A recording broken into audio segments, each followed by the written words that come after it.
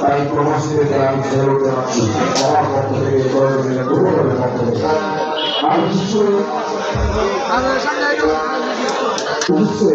যে কথা বলুন আমাদের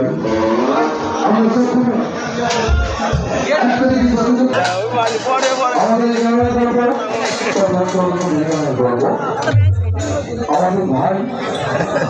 সমাজ চেয়ারম্যান যারা কথা বলছিলাম আমরা সচেতন করি তাদেরকে না বলবো বাল্য বিবাহকে না বলবো যৌতুককে না বলবো মাদক এমন একটা জিনিস আপনাকে ভর করে দিচ্ছে কারণ কখনো কখনো মায়ের মুখ থেকে তারা ছেলেকে কেড়ে দিচ্ছে কোনো বাবার কাছ থেকে তার ছেলেকে দূরে ছেড়ে দিচ্ছে তার স্ত্রীর কাছ থেকে তার স্বামীকে কেড়ে নেওয়া হচ্ছে বোনের কাছ থেকে ভাইকে কেড়ে নেওয়া হচ্ছে এইটা হচ্ছে মাদক সে মাদককে আমরা না বলবো এবং আমরা প্রতিজ্ঞা করবো আমরা কেউ কোনোদিন মাদক গ্রহণ করবো না অর্থাৎ আমাদেরকে সুস্থ থাকতে হবে এটা গ্রহণ করবো না